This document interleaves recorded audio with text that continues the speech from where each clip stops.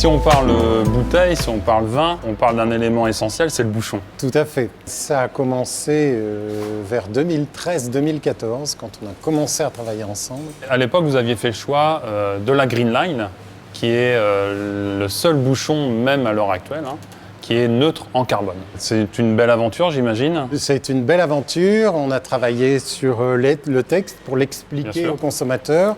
C'était même une certaine fierté en interne de l'échanger, d'en parler aux clients. Match est toujours une enseigne innovante, comme tu nous l'as expliqué. Vinvention est toujours très innovant, c'est dans son nom, invention. On vous a proposé la Blue Line et ça correspondait à votre état d'esprit de l'économie circulaire et du circuit court. Est-ce que tu peux nous en dire un petit peu plus, Patrick ?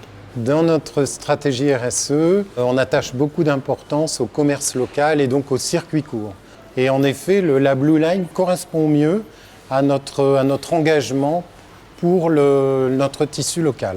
Alors le bouchon Blue Line, c'est l'économie circulaire comme tu disais, c'est le circuit court aussi. Ils sont faits en Belgique, pas très loin d'ici finalement. C'est 50% de matière qui vient du recyclage. C'est-à-dire que le bouchon n'est pas un objet que l'on détruit tout de suite, mais c'est un objet qu'on peut récupérer et on peut en refaire un autre bouchon à l'infini, sans jamais perdre de technicité sur le bouchon.